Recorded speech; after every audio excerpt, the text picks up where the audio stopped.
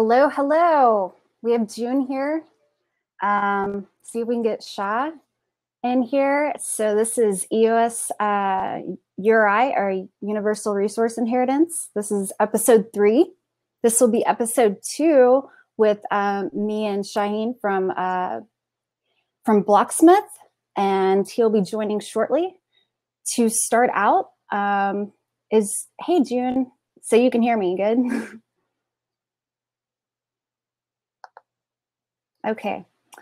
I want to start out with something that me and a friend of mine, you may know him in this space, Riley.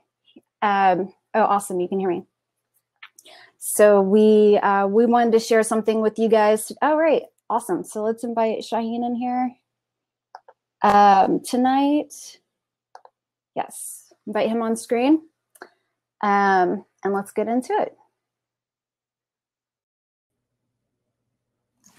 Hey, what's up, Anna? Hey, good. How are you doing? I'm great. Oh, yes. I love your flag. Got that banner. Yeah, here's mine. All right, we got a full house tonight. Me, you, and June, huh? Oh, yeah, this is the party. This is where the party's at. What's up? Right? No real party happens with too many people. That's right. Where we can say whatever show we want. Oh, wait, yeah. I mean, no, we got to be proper, professional. Right. Yeah, this is pro. So let's start out with what our cover was. Oh, wait, let's talk about what's going on this weekend, because you have some things boiling on some burners going on. I saw you had a flyer with like 4 events going on. Yeah. Let me, how do I screen share this? This guy, can you put me on screen share? I know I got to do it, right? You got it? I think I can do it. Yeah. So if you do not know, this weekend is the EOS San Francisco Hackathon. Woo, woo. Yes, so excited. For me, this is like Christmas. This is my Christmas. I was like, I don't care about presents. This is too exciting. Are you gonna be there? Heck yeah, I'm gonna be there. You know this. Okay. Yeah. Okay, cool. So if you find me, I'm going to be giving out some shirts and stickers. Oh yeah, let's get some swag. I like that. Yeah. So come find me. But yeah, I'm going to be real excited, and I'm going to try to not sleep. So that'll be fun. Well, there's a lot of stuff going on, Anna. This is a flyer we made to kind of keep people on top of all that's going on. But so the hackathon itself is on the 10th and 11th. But the night before the hackathon, Friday night, EOS and the Kapoor Center in Oakland are doing a developer workshop where you can come learn about smart contracts and the new EOS 21 protocol that EOS developed. And then ourself, EOS Blocksmith, along with Lumios and Circrypto Labs, are throwing back-to-back happy hour kind of things. So we got a tabletop tap house for beer, and then we're going to this like bar slash arcade game room place that looks pretty dope, and I'm excited about that. Yeah, that sounds fun. Yeah, it'll be cool. And then there's an after party on Sunday night after the hackathon, and then Monday is the Scaling Blockchain conference that Blocksmith has been working hard to organize with Rahman from Investing with the Difference. And we've got super awesome lineup, tons of block producers that are going to be speaking at that conference, and a lot of dApps. So I'm really excited about that.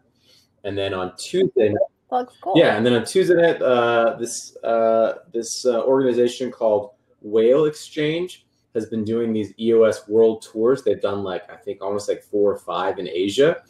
And they're basically like these evenings that are like catered to highlight dApps, like brightest, like, you know, superstar dApps in the ecosystem. And they brought their show to San Francisco while everyone's in the Bay Area. And so, yeah, we're helping them organize a little event to do that here. Cool. So really exciting for you. Yeah, super exciting. Yeah, that's cool. Yeah. So on top of that, we have, after the hackathon is the crypto finance event. And then there's a World Block Pro Summit. I believe I'm saying that right. Sounds about right. Close enough. If I had the URL handy, let's see if we can make it handy. That will be in Oslo. So that'll be in Norway, and that's happening like right after the hackathon. So the people that I was gonna go, I'm not gonna go. Yeah. So that would have been fun. I was gonna ride the train across Sweden to Oslo, because that would have been a fun thing to land in Sweden and ride all day or ride across the countryside and get there. But maybe next year. So come on, BitSpace, let's do this again. Same time, same place next year, and I'll be there. So it'll be worth it. There you go. I'm picturing you like on a Harley Davidson, like riding across Europe like a badass. Yeah. So like a leather jacket. Oh my gosh, it's so funny you say that. I used to work for Harley Davidson. Really? Look at that. They do yeah. It was charity. Okay, a little too much information, I guess. Charity bike wash. So we would do charity bike washes for Harley Davidson events, and we would donate to charities. Cool. So yeah, I learned those guys are very particular about their bikes and how you wash them. So, Harleys, do not mess with Harleys. Don't look at them wrong. They are babies, but to their owners. Also, the crypto finance event, and then EOS Rise event right before the crypto finance event, and that's right, crypto finance, right? Crypto finance event in Norway. There's an EOS Rise developer workshop that we're part of with Object Computing, or OCI, and Phil Mesnier. And we just had one in Dallas. And your dad was there. That's right, Blocksmith represented. So let's see if we can. Oh, there he is. Hey, can you see my screen? I recognize that gray hair. There's your dad. There he is again. Hey. So cool. We were really excited to have your dad there. And then if you saw the cover is actually this, because this is something that we're dealing with right now. There's an article put out by some people, including maybe if you want to Google it, with White Block. And so anyways, here's a meme that was funny today, because it was a little upsetting to the community, which is understandable. But here we have a little caboose. It's a little choo-choo. Just like one cart. It only has one cart on the back, so it's working really hard with that. And then, so they're saying you're not a train, and here is EOSIO on a speed train, but it looks like infinite amount of cars on that train. And they're saying thanks for sharing. They probably don't have time to talk because we're so fast. No, just kidding. But anyways, but seriously, it was pretty upsetting to the ecosystem internally. So we're grateful to have Thomas Cox, the director of EOS Alliance, to come to bat, proclaiming that yes, and I guess people might not know what we're talking about. Apparently EOS is not a blockchain. So we just wanted to say, yes, we are. EOS is a blockchain. And in this, we hash it out about what the article was writing, that it was not, and talk about the tech and break it down. So I highly recommend that if you heard about the FUD, to start with this article, because this is based on facts, and then read the article that that is response to, because it is more based on just Ethereum's way of doing blockchain, and not necessarily the way of blockchain that Bitcoin has traditionally started doing blockchain and the way that we're doing blockchain. So you can't necessarily hold a blockchain to the definition of your own blockchain. And within that, we discuss what is a blockchain and go deeper into rebuttals. So I definitely recommend everybody in the community read that, because that is something that we should all be educated on. And I will drop a link in our feed for you guys. And then I like that. Today, what is it? I like that thumbnail from our last video. It looks cool. Oh yeah, yeah. Well, I think we should probably go back to it. I think it's a classic now, if I could find it. Anyways, here it is, classic. I think we should go back to this one. The one we had is timely, but this is probably going to be our thumbnail, because this is what we're talking about from future things, but a little feels for the EOS community with the one that we have today. And then also, did you have any memes that you for this week or anything? Yeah, that you want to share. We announced the winner for our second meme contest. Let me see if I can find it here. And tell me it was not Zach. It was right. Zach's was really good. Again, Zach is like, oh no. We kind of need to change the contest to can you beat Zach?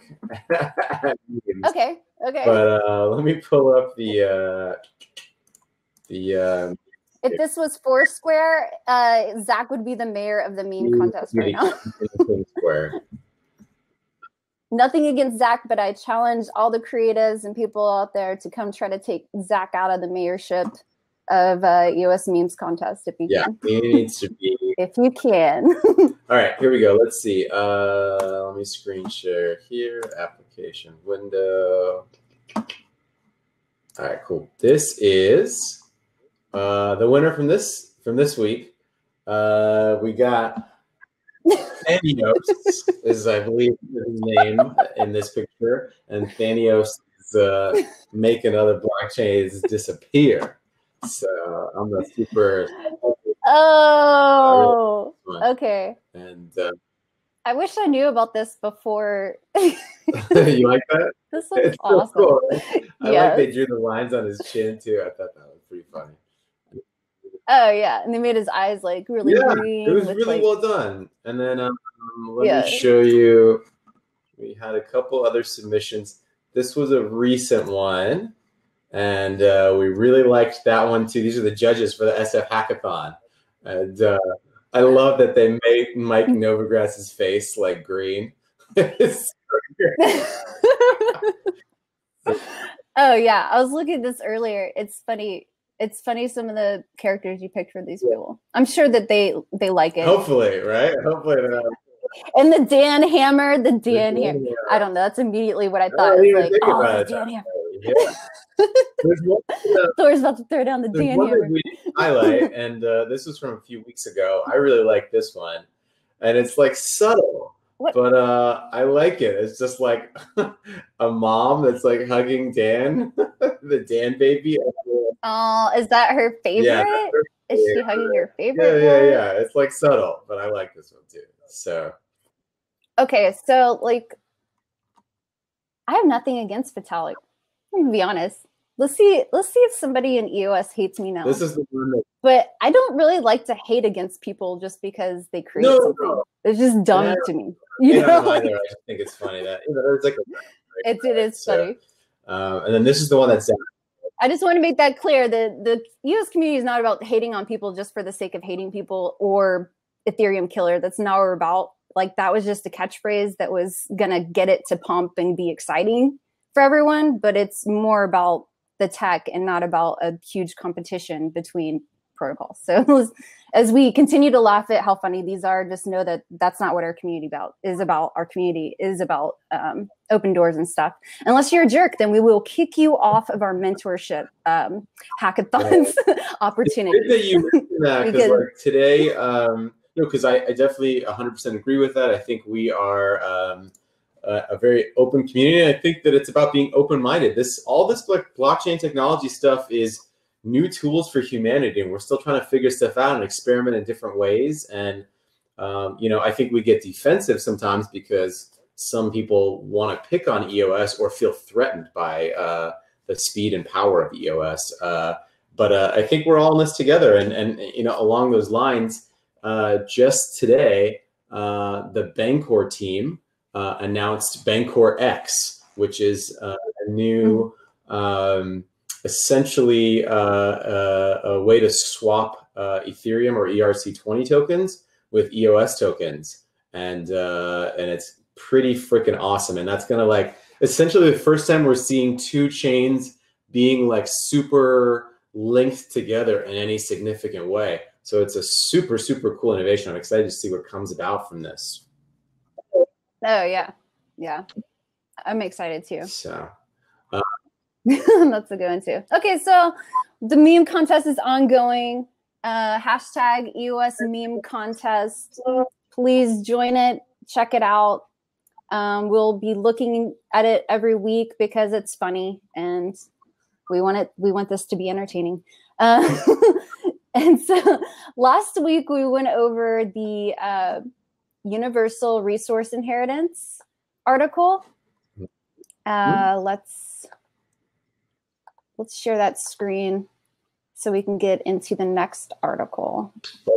Inception. While you are pulling that up, I'm just going to drop, I came across an awesome podcast the other day, found it on Twitter, and I'm going to drop that in the chat here. Super cool. Am I in screen share? Oh, you can close it off. I was you're being so nice. Drawn in. No, I just dropped it in the text message, but it's a super fascinating talk on Bitcoin and kind of the argument for Bitcoin and blockchain in general. But it's super interesting. The guy's very much a Bitcoin maximalist, and but it's a fascinating listen if you're into the crypto asset space. I think I was really impressed by it, so highly recommend it. I like listening to Bitcoin maximalists, to an extent where it's not like someone's being a jerk to you through that, but I don't mind listening to them. I find them usually pretty intellectual and carry on good conversations. Absolutely. So I'm excited to listen to that. It's long. It's like an hour and a half, but if you like break it up, it's like great for if you're traveling, say to San Francisco in the next few days. Like a flight. That's like a flight away. Cool. I like that. Or a commute in San Francisco's traffic. An hour and 15 minutes. What's going on? We got Kent and David and Edmilson in the house. What's going on, guys? Hello, hello. So last week we went over Universal Resource Inheritance, his first, Daniel Larimer's first article on URI, different from UBI, but as you see, Medium has the the category there. So it's kind of like UBI, but it's completely different. It is. So if you were to compare it to something, that's the closest that you could compare it to, but it's still different. So this week we're going to go over In Defense of Universal Resource Inheritance. And this is also by Daniel Larimer. It's going to be the second article that he wrote on URI. And after writing his first article, I'm guessing by this article that he spent some time listening to what people thought and then decided to write this article. So if you're down, me and Shaheen will do our best to give you a little bedtime story called In Defense of Universal Resource Inheritance by Daniel Larimer. Do you want to start? Sure. Okay. All right. In Defense of Universal Resource Inheritance. My last blog post on URI sparked some controversy among libertarians and anarchists. There is substantial concern about the so-called communist nature of the proposal, which I want to address. I also realized that I didn't explain all of my principles for new readers who may not understand my deep commitment to nonviolent, voluntary solutions for securing life, liberty, and property for all. I argued for a 5% wealth, quote unquote, tax, but didn't to disclose how such a tax would be collected without the use of violence or intrusive audits. The challenge with all taxing schemes is that markets route around artificial fees. There are three broad classes of assets which people hold their wealth. Number one, money. Number two, equities. And number three, real estate. Money is trivial. Am I echoing? Sorry, might be mine. Go for it. Okay, yeah, let me, you can do it. Let me go back to it. Okay, I don't hear it anymore. Money is trivially inflated in supply by 5% per year. Assuming this was the only supply inflation, a productive economy with advancing technology would likely see price deflation. Major cryptocurrencies such as Bitcoin and Ethereum grow their supplies by more than 5%, and the supply of US dollars is also growing by more than 5%. The estimated money supply for the US dollar is $14 trillion. Meanwhile, the federal debt is growing by $1.4 trillion per year. Since it is reasonable to expect that this debt will never be repaid, it is economically similar to printing dollars at 10% per year. You've thought about that? Wow. Nuts. Like that's not, it's nuts. Okay, a 5% increase in supply is real money is a 5% increase in supply of real money is far below the current effective dollar supply growth. Remember, dollars are lent into existence. If supply doesn't grow by the average interest rate, then widespread defaults will result. Equities in publicly traded companies are let me just start all. Let me just start that off. Run that back. Thank you. Equities in publicly traded companies are interesting assets because they represent ownership without liability. A shareholder of a publicly traded company is not held liable when said company causes a catastrophic oil spill. This economic privilege is granted by the people to the artificial person embodied in the company. So every company can issue 5% more shares each year and auction them for money. The money can be evenly distributed to unique individuals. Since companies own the vast majority of the world's resources, a 5% equity fee would end up covering the vast majority of productive assets, intellectual property, etc. A country run on a blockchain could trivially bake the share tax into the terms for registering a company. Interesting.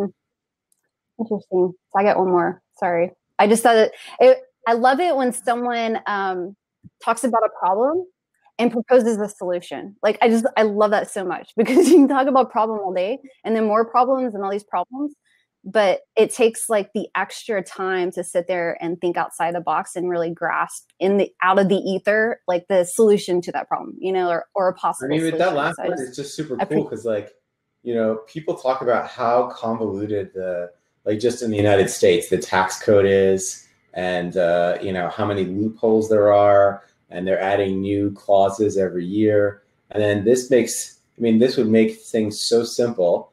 And then every time you register a company, you just kind of, you know, build it into the blockchain, the tax for that company, and then it's done. You don't have to worry about it. There's no complicated loopholes or anything. It's just like set and fixed.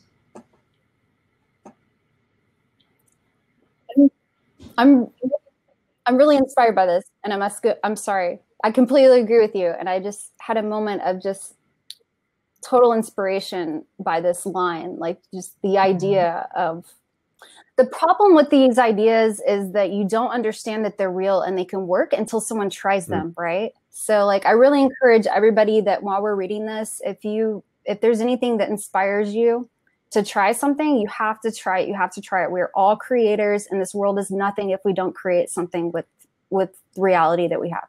So if you're inspired by any of this, a country run on a blockchain. If you don't have a country to run on a blockchain, but you think you have an idea for a company, try this. A company run on a blockchain with the share tax 5% that he's talking about for URI baked into your terms when you register the company, and try the URI within your own company. Like we have, people are doing DAX. We have a bunch of people doing DAX right now, and you could try URI in your DAX. Let us know how it turns out. Okay, next paragraph that I had, sorry for that little diatribe.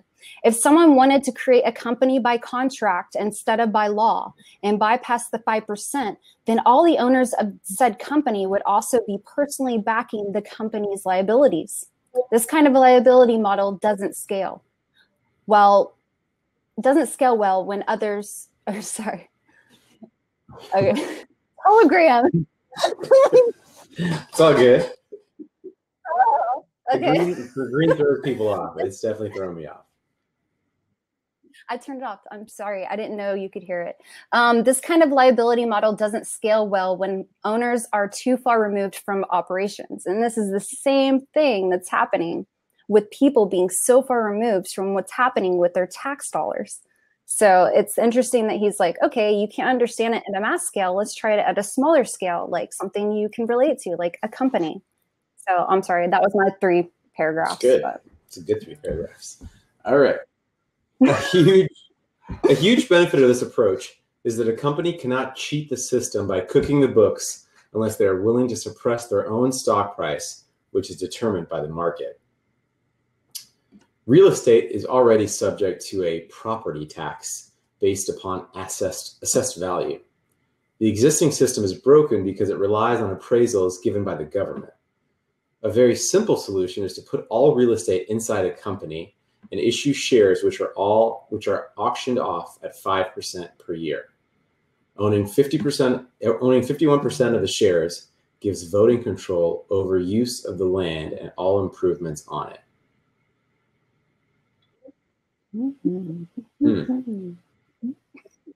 Yeah.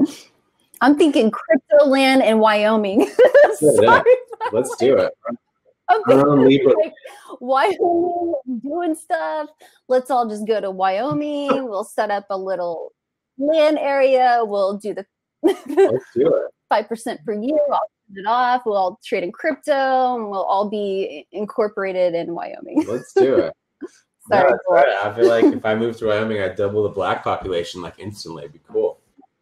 No, I'm just kidding. I'm sure there's a lot of black people in Wyoming. All right, next paragraph.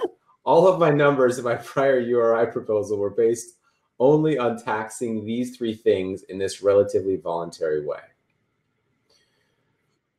Keyword voluntary. Yeah. That's the difference between up at this very first paragraph. We're talking about this word. Right. Because this is voluntary. Do you want to read the next paragraph? That was kind of a short little one sentence. Defection. One of the major challenges with such a proposal is that people will adopt cryptocurrency assets which don't pay the 5% tax. They will use gold, move to countries without a wealth tax, etc. This capital flight is as much theft from the rightful owners as today's central bank inflation being allocated by crony capitalism and crony socialism. No system is perfect, and we shouldn't let perfect be the enemy of good enough. Okay, so this was a quote in Telegram one time, and I was always trying to figure out what it meant. I was always like, "Oh yeah, we use that." Go ahead, read it. I was gonna say we use that in surgery all the time. Like, we'll get something like really good. And my professors, I remember when I was in residency, would always, I'd be like, I just want to like get it like just a little bit like better, you know, and then like the stitches would fall apart, you know, and you have to start again. And they're like, enemy of good is better. You know, the enemy of good is always better. Don't try to be perfect if you get something good, you know, if you got something good. So awesome. Thank you. From the concept of a surgeon. Right. From the mind of a surgeon. That's awesome. All right, you're up. Okay. Thanks for sharing that. No system of laws can make a corrupt people fair and honest. Most people wouldn't steal from their neighbor if it wasn't against the law. Even if it wasn't against the law. Okay, so let me try this again. Because that was what I just said was not correct at all. Most people, that was incorrect. I'm glad you caught that. You win. Okay. Most people wouldn't steal from their neighbor, even if it wasn't against the law. I would agree, but I mean, I'm not most people, but I understand what you're saying. The loss I'm teasing you. Go ahead. The loss to their reputation and social standing would be enough of a deterrent. See, this is why. This makes complete sense. Yeah. Because then you'd be like, my next door neighbor broke into my house. And everybody knew about it. And every time you saw him, like, yeah, we knew it was you. And he's like, no, it wasn't. Like, everyone would be like, yeah, my next door neighbor's a fucker. See my French.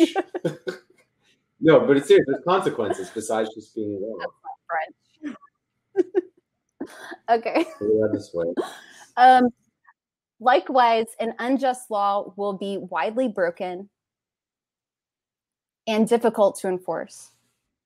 Copyright, originally created to censor the printing press, is an example of a property law which many people do not respect. A URI system is about educating people about a new sense of intergenerational fairness and a self-correcting system for gross violations of property rights by prior generations.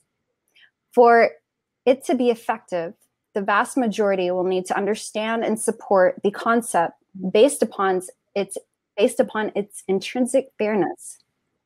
See my splitting the cookie game theory. So what he's talking about there is he had mentioned a story with his children, and they were fighting over a cookie, and the section's called Divide and Choose. And they couldn't decide over the single cookie, so he asked, and here's just a quote, "My house, I asked one kid divide the cookie and let the other choose the half they would like first. Or if they can't decide who's going to divide it and who's going to choose, then he flips a coin. With this simple process, it is amazing to see what extent the divider will go to be fair, and how much scrutiny the chooser places to determine which piece is better," which is a really cute thought. Imagine these kids trying to decide which piece is actually logically bigger, like when they get it. So that's the cookie idea that he's talking about for game theory. All right, relative improvement.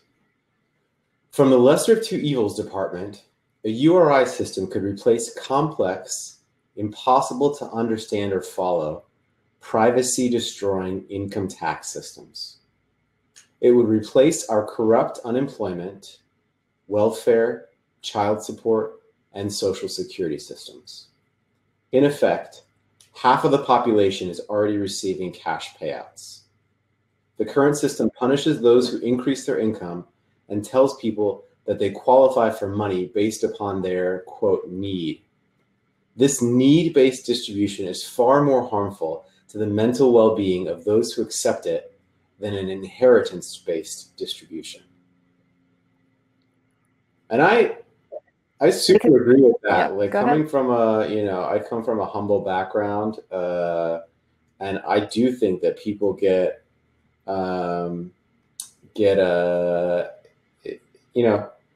I would say like the psychological effects of being told that you're something are staggering. And I think there's lots of psychiatry and psychology research to kind of support that, you know, minorities, women, right, that are constantly kind of inundated with information by society a certain way. You have to swim upstream, you know, to overcome like kind of those, the dogma that's out there. And I think the same thing with, you know, that's what that paragraph is suggesting is like, if you're told, oh, you get this because you need it, it's need-based and you're the neediest of us kind of thing, then it has a dramatic effect on their mentality. And I think if you do what Dan is suggesting, which is this fair generation-based, you know, distributed income, then it won't have that same effect that it would on people mentally. I completely agree with you. Like, it becomes a mental disservice. And we had talked about this in our last episode, I believe, as well, that if you are telling somebody that they are something or suggesting that they are something, then they just accept that they are that. And it becomes a mental enslavement to an idea that is compared to something that is corrupt. So it's not even a fair judgment of your own character.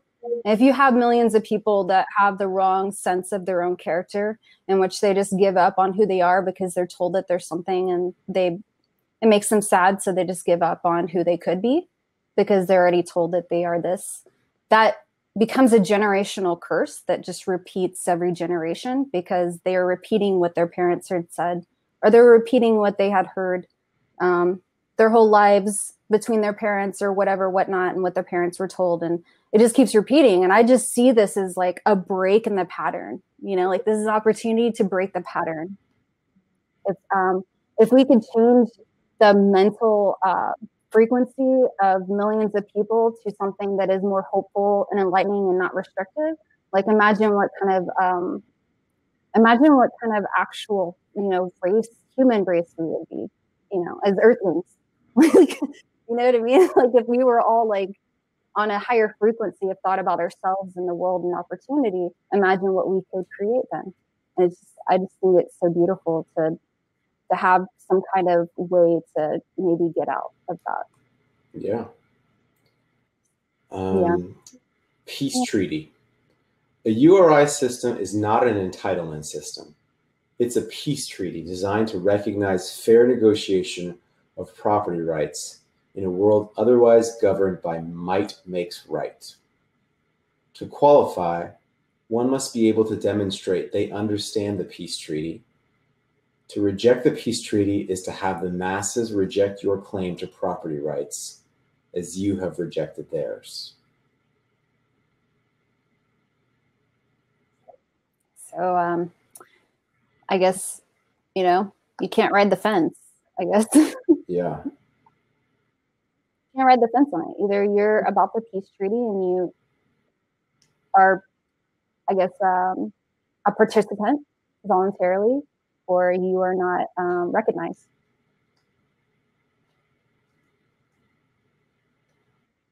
Was that your last paragraph? I might have one more. Impossible to implement. Some people have claimed that URI is impossible to implement because the powers that be would never allow such a thing. The same argument could be made against the graduated income tax schemes and resulting welfare/socialized systems throughout the world today. These systems exist because the powers that be know that people with, quote, nothing left to lose it. The wealth and power of the powers that be depend upon the masses continuing to recognize the legitimacy of their claim to property. Allowing the masses to starve will result in a revolt before people accept death by starvation.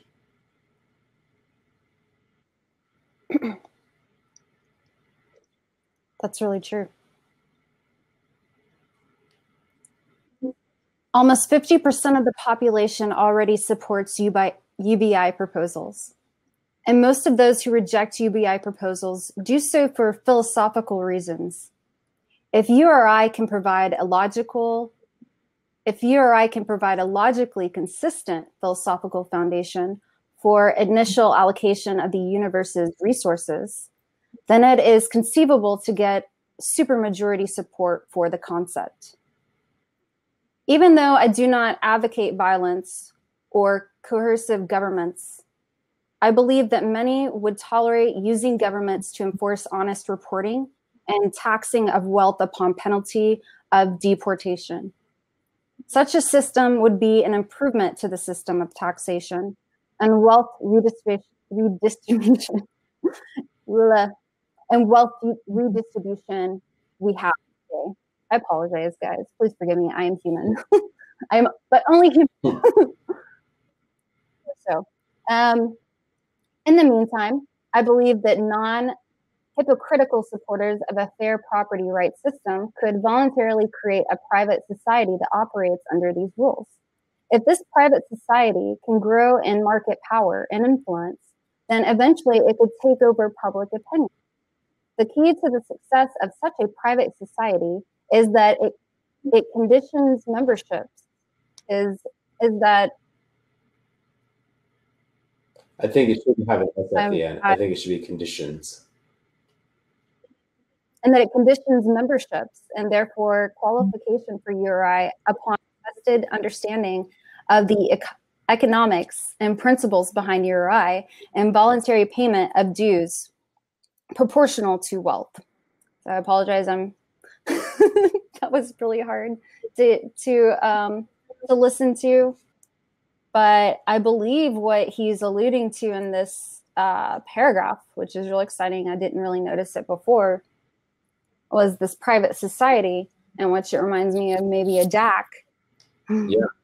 And that DAC is doing the URI and maybe something they like to call Rex or something. And as this private society grows, and I'm just guessing this is us. Let me just say, it's us if we agree, right? As private society of EOS account holders, we would, our influence would change the public opinion. And I think that's really special because a lot of people are talking about how is this going to happen? Well, it's going to happen by use case. It's going to happen by us doing it and trying it and proving that it works. Yeah. And what better to start than a great community like EOS? Yeah, it's funny. While you're reading that, Ed Milson commented, he said, I feel like we're early Christians reading the Bible in the catacombs under Rome. I feel like it totally fits, man. Like I totally vibe that because it does feel like, all right, we've got these awesome ideas, you know, and we can build like a kind of like a future society here. And people are, you know, super hypercritical of some of these ideas. But I love that paragraph because it's like, look, we can, as a community, implement these ideas, you know, or, you know, it's saying if a small community decided to implement these things, that they could gain power and influence and eventually, you know, sway public opinion towards it. And I like that. Oh, yeah. Because it feels so overwhelming and how are we going to do this? And that's too much. And that's everything that's wrong with the world. But it's like, whoa. Yeah. Let's just start with that. And see what happens. And it's like, oh, okay, that'll be easy. We'll just volunteer. I guess those the handful of Christians in the catacombs were kind of successful, right? Eventually. Oh wait, yeah, they were ridiculously successful. Yeah. I mean, this is not like let's not confuse people who are listening or hanging out. This is not religion and government. We're not trying to merge religion and government. It's just we feel like we're on the beginning of something that's going to like change everything. We all kind of feel it, and we're trying to compare it to something that, and trying to maybe understand what some other people in situations like he had mentioned, early Christians hiding out underground. Well, I think that the parallels come from like these are, some would argue, radical thoughts, you know, that are challenging what people believe on fundamental issues, you know? And so, and Yeah. that's what, you know, a lot of religious, you know, discussions and conflicts and things like that have been too, right? And that's, you know, so it's, I think anytime you're discussing things that people find to be fundamental beliefs, you know, and kind of the ways that they view the world, it's going to get, people are going to get passionate and they're going to get heated and they're going to get defensive, right? Like we're seeing, you know, like that article that we referenced earlier today that came out from, you know, that was super like backed by consensus, which is, you know, supported by Ethereum and potentially one of the biggest competitors. So let's think about this in a different way. I guess maybe I like to think like a detective. Maybe I don't know, but Vitalik did. He sent out a tweet like congratulating EOS, right? Like a while ago, he sent out this tweet and then deleted it 15 minutes later. So if that's true, like I heard this, right? And this is a while ago, not like a long time ago, but maybe within a few days or a few weeks before that article came out, ironically.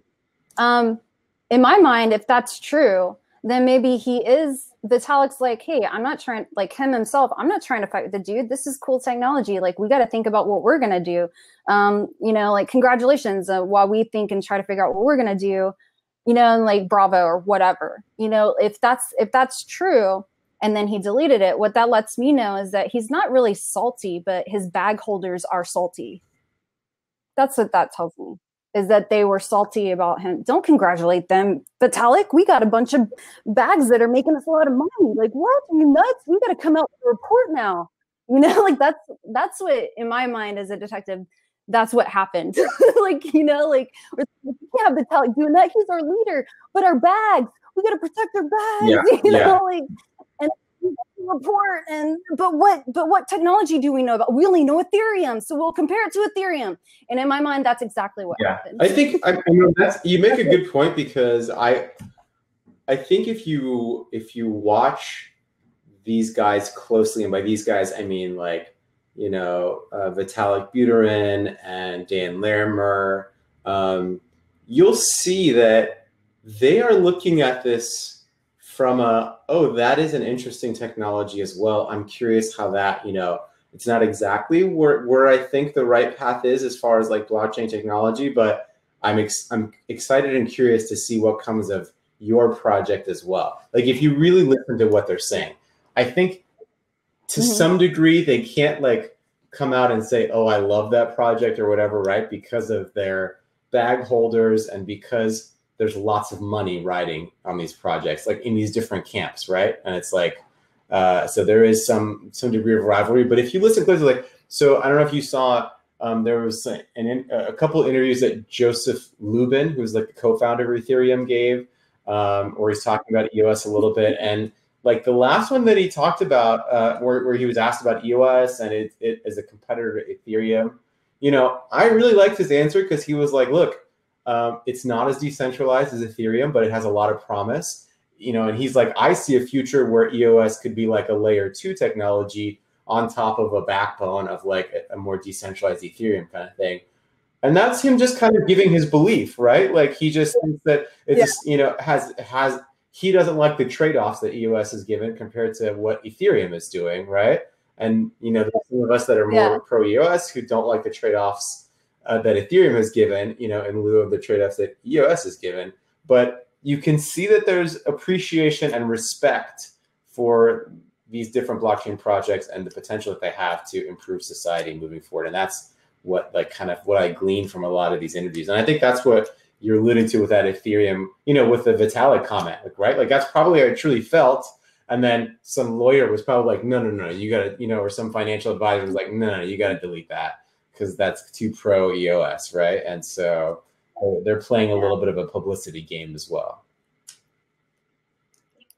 Yeah, and just to the guy that was really upset. I'm sorry, I don't know his name. I'm not going to give him credit, so you can go look him up. But the guy that helped write the article and was battling back and forth, he was also a mentor, right? Mentor for EOS Hackathon, and was, after writing the article, told that he was not going to be a mentor. You're talking about the White Block article that came out recently. Okay. Yeah. Yeah. In response to that, think about this. You're spending a bunch of money to throw this big event to make your company even greater and to get everybody excited about your company and your product. The last thing you want is some person that spent many, many hours and days to go out of their way to talk so much crap about you publicly to the world to come to your party. Because you just spent a lot of money on it and there's a lot of people coming. Last thing you want is some poisonous thing to poison the waters, right? And so it's not necessarily him as a person being poisonous. It's the idea that you would attack us and then come to our hackathon. No. You're not spreading that kind of energy and vibration to all the people that are really excited about this hackathon. And so I stand behind that. Anybody that's going to come with an attitude, change your attitude first and you'll be welcome back. I assure you, if that dude changed his attitude and was more like, hey, I'll bring a better environment that's conducive to people coding for this platform, he might be invited back to a future thing, because I think that's how EOS gets down. But you're not going to come to our party crying before you even get there about how our party sucks. Yeah. Because this is awesome. Like, we're going to have fun. We're going to build awesome stuff. You're not going to be there. Sorry, you could have been, but like, we wanted you there. We don't know who you are, but everyone's welcome. We definitely don't want people there that are not going to be focused on let's make the world a better place. So, because that's I think if maybe that article had been a little bit less biased, I think that door could have been more open for that author. But I think there was a lot in that article that was not presented in a like objective light, a scientific objective light, and also didn't have it wasn't a balanced piece, right? They didn't really talk to anyone in the EOS community and kind of get their thoughts and kind of comment from that side of stuff. They said, I think the article said that they reached out to some VPs, but they reached out to VPs and said, hey, this scientific article is coming out and it says these things. Do you have any comment? And the VPs were like, well, I would like to see the article before I, make my response. And they were like, well, sorry, the article, the scientific paper isn't out yet. And I'm publishing my article. So if you don't have any comments, then we're just going to move forward. And I don't think that's. Is this paper, it has a bunch of resources on it? The paper, so there was a couple articles that have been written on or what looks like a scientific paper that came out of this White Block institution, but it hasn't been published in any journal, and it hasn't been peer reviewed according to anything that we can tell. Which I don't know, as a scientist, to me, like what makes it a scientific paper? That's what I'm saying. As a scientist, and someone who's reading medical papers and scientific papers like my whole life. I write them. I write them for doctors, and I'm just saying, like, is there a bunch of references on the bottom? Yeah. I mean, if it's not published or peer reference, then you're way ahead of yourself there, So, and I think there's a reason. There's an obvious reason for that. Scientific paper on blockchain. I'm gonna put that under the microscope and check that out. Yeah. All right. I'm sorry. I could be wrong. If the article has references at the bottom and they're legit references to like legit citations, then you can claim that it is some sort of scientific research paper.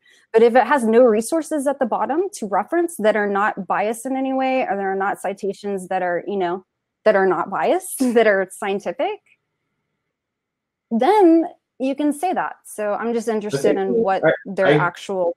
Yeah, I think they had some references at the bottom, but at the end of the day, for me, it's more important, like, have scientists in this field that are not you, right, the biased author, looked at this and reviewed it and says, yeah, this research looks legit. These experiments don't have errors in them. They're valid, kind of thing. We like this study. We're going to publish it in our article, kind of thing.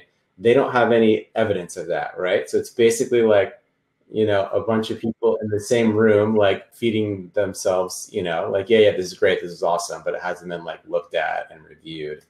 I mean, yeah, I like the Thomas Cox response. We're totally getting off topic here, but the Thomas Cox response, the Alliance response, you know, basically points out that like, hey, you're at one point in the article, they say EOS is not a blockchain, and basically they define a blockchain as, you know, verifying transactions cryptographically the exact way that Ethereum does. And that's like such a narrow definition of blockchain that if you use that definition to look at Bitcoin, then Bitcoin is technically not a blockchain either. And it doesn't make any sense because everyone knows Bitcoin is like the first example of blockchain.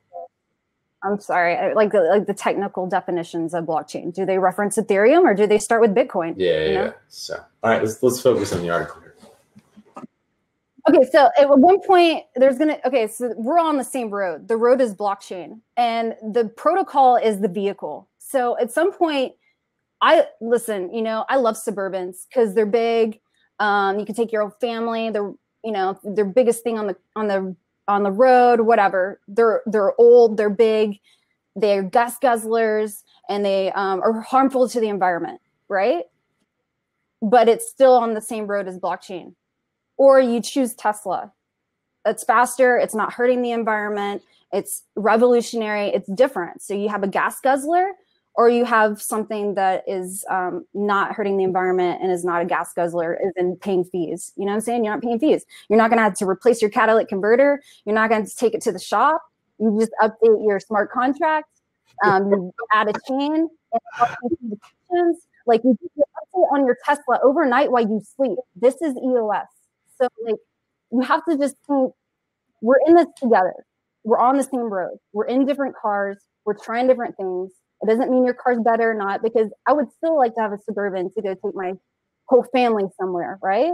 But like, we can't be attacking people when we're trying to build a new technology. Like let's try to build it together. I like your analogy with the gas, right? Like gas guzzling. Yeah, gas guzzler. It's a big funky thing that it's harmful to the environment because it wastes a lot of resources. You have to keep refilling it. Gas. You have to do a catalytic converter. You have to do your inspection every year, make sure it's, and do you work on it, and go get your oil changed, and go in blah blah blah, or side chain fork it because you can't change the smart contract. Or you can go to EOS and you could update your smart contract. You could plug in your car overnight and have it updated. You know what I'm saying? Like that to me, when I compare the protocols, I see EOS as a Tesla. I really do. So like, I'm not trying to say you're not a Tesla. I'm just saying, hey, we're all trying to ride on the same road. Let's build a vehicle that works for everybody, or let's, you know, boring company, whatever. Like, let's do this together. So I'm tired of all the arguing and fighting. It's dumb. Like so dumb. So I'm sorry for that. It makes me really frustrated because like either you want to pay fees for every single thing you do or you don't. What do you want to do? Do you want your people to pay fees at every single thing you do? Is that even sustainable to pay fees for every action that you do and a user does? Is that sustainable? That's expensive, you know? So I'm sorry. You're right. Sometimes you got to drop it. I'm sorry. We're talking about prices in the next. All right. We'll get back on topic. Keep people from hanging out with us for all night. Won't prices just rise? One of the common critiques made is that landlords would just raise rents and cancel URI. This is based on the premise that all landlords are colluding as a monopoly to raise prices. The first landlord to defect would get the customer. Furthermore, many people have higher priorities than living in a nicer place, so they might spend their money on other goods and services like organic food. Surely prices will rise due to changing supply-demand dynamics, but they will not uniformly cancel out the benefits. The relative wealth disparity will still be lower. With respect to landlords, if they were able to raise rents, then the value of the property would increase as well. As a property owner, they would be paying 5% right back to everyone else. The free market will balance supply and demand in a different location after all people are given a more democratic allocation than today. Since free markets organize to produce the desires of the people based upon price signals, the URI system is a much more powerful, efficient, and democratic means of organizing a society than one where people vote on who in government gets to spend their money. And this was kind of touched upon by the last article that he wrote too. And I think it's such a valid point, because it's like, you know, in the current allocation systems, where we give like higher returns, well, basically, like the current system says that, okay, because these people in the top 5% or whatever have made a lot of money, they're the best at knowing where our money should go, like where the extra money should go. And they're the best to kind of decide how to allocate that. And I think that's a fallacy. And I think that this is a much better way. It's like, why let them guess at where the money, you know, would best go for society, than to actually give it to the people and let their purchasing decisions and the price and the demand, like the free market, essentially show us where things are going to go, right? And how things are going to play, as opposed to trying to guess the best way for us to reallocate the money. I don't know. I feel that. Yep. I completely agree. All right. It's on you. I mean, it's smart. Oh, sorry. It's just a smarter way to do it. Okay. Monopoly. One analogy which I have found helps people understand the concept is a modification of the game of Monopoly. With the simple rule of reallocating 1% of the wealth of the players evenly after each roll, the game can go on forever. Players that exercise good trading skills and a bit of luck can still get ahead, but they never bankrupt the other players. Modern capitalist systems are like a game of Monopoly, where the owners of the means of production, seeing compounding gains due to efficiencies of economies of scale, the more you win, the faster you win. The rich get richer simply by virtue of being rich. Ask a poor man with a shovel to compete in the market for digging ditches against a rich man with a backhoe. It doesn't matter how smart or how hardworking the poor man is. His labor is worthless unless it can be mixed with the capital represented by the backhoe. The move forward, wait, I'm sorry. The move toward increasing automated production of goods and services is like giving the rich capital holder the equivalent of a backhoe in every industry. In many cases, they purchase that backhoe with stolen goods and government favors. The compounding nature of wealth naturally centralizes. URI is needed to keep a sustainable decentralization of power required to secure our life, liberty, and property. For reals. I think, you know, it's kind of like, this is me, right? Like I went to, like I said, I came from a humble background. I went to medical school, and I was definitely like not, you know, I would say most of my peers in medical school came from wealthy or well-off to do families. And I think it's hard to see that side of the equation, to see how this all affects the other half if you like start, you know, at the top, right? If you're at the bottom, you can see it sometimes. You know, sometimes you get super jaded by it, right? But if you start at the top, it's hard. It's hard to appreciate. I think you take things for granted that you like the privilege and I mean, in this case, the resources that you were bestowed upon, that you inherited because of this you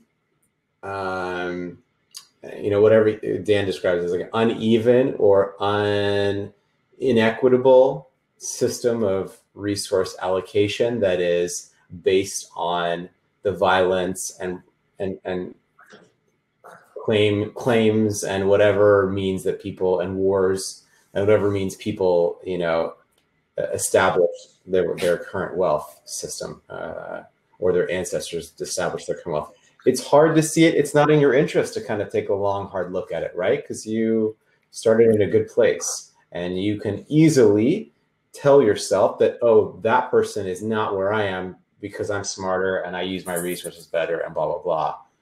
when the analogy that it just talks about with the shovel and the backhoe is like the reality of the situation, right? That person starts with the shovel and you start with the backhoe. It's never going to be even playing grounds, right? Yep. Yeah. Why when, you know, if it's not broken unless it's not going your way, right? So unless it doesn't work for you. So if it doesn't work for you, then all of a sudden something needs fixing. Right.